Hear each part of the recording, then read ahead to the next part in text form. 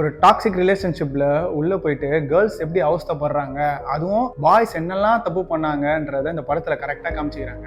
படத்தோட கதை என்னன்னா, பூமான்ற ஒரு பெண்மணி நிறைய அச்சீவ் பண்ணோம், என் ட்ரீம்ஸை ஃபுல்ஃபில் பண்ணோம். அவங்க அப்பாவும் ரொம்ப ஸ்ட்ரிக்ட் வீட்டில், சரி மேல் படிக்கணும் அப்படின்னு சொல்லிட்டு போடுறாங்க.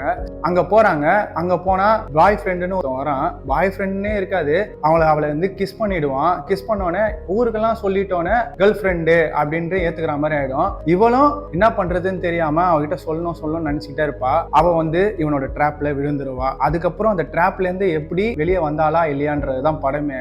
படத்திலேயே வந்து யூனிக்கான டாபிக் என்னன்னா, நீ எங்க அம்மா மாதிரி அப்படின்ட்டு சொல்றான். ஆனா ஆக்சுவலி அவன் வந்து அவங்க அம்மாவை எந்த கண்ணோட்டத்துல பார்ப்பானா, வேலை செய்யற கண்ணோட்டத்துல தான் பார்த்திருப்பான். அதே தான் இந்த பொண்ணுக்குமே அவன் ட்ரீட் பண்ணிட்டு இருப்பான். நீ வேலைக்கு போக கூடாது, குறுகலான ஒரு சர்க்கிள்ல வந்து வாழு அப்படின்ற மாதிரி இவன் வந்து ஃபோர்ஸ் பண்ணுவான். அதெல்லாம் உடச்சிட்டு அவ வெளியே வரும்போது அந்த கடைசி சீன்லாம் ராஷ்மிகா மாட்டனா வந்து இறங்கி வந்து மைக்ல நின்று ஆமாடா நான் அப்படிதான் இருப்பேன் அப்படின்னு சொல்லுவா பாரு. அந்த சீன்லாம் சும்மா கூஸ் பம்ப்ஸ் பிச்சுக்கிச்சு. அதே மாதிரி படத்துல பாத்தீங்கன்னு வச்சுங்களேன், நிறையவே டெக்னிக்கலா சூப்பரா ஹேண்டில் பண்ணியிருப்பாங்க. ஸ்கிரீன் பிளேவா இருக்கட்டும் சரி, ரைட்டிங்கா இருக்கட்டும் சரி, பக்காவா பண்ணியிருப்பார் director. The girl friend 2025 release ஆச்சு, நெட்ஃபிளிக்ஸ்ல இருக்கு, அதுவும் தமிழ் டப்பிங்லயே இருக்கு. எல்லாருமே பார்க்கணும் இந்த படத்தை. அந்த மாதிரி படத்தை பக்காவா எடுத்துக்கிறாங்க.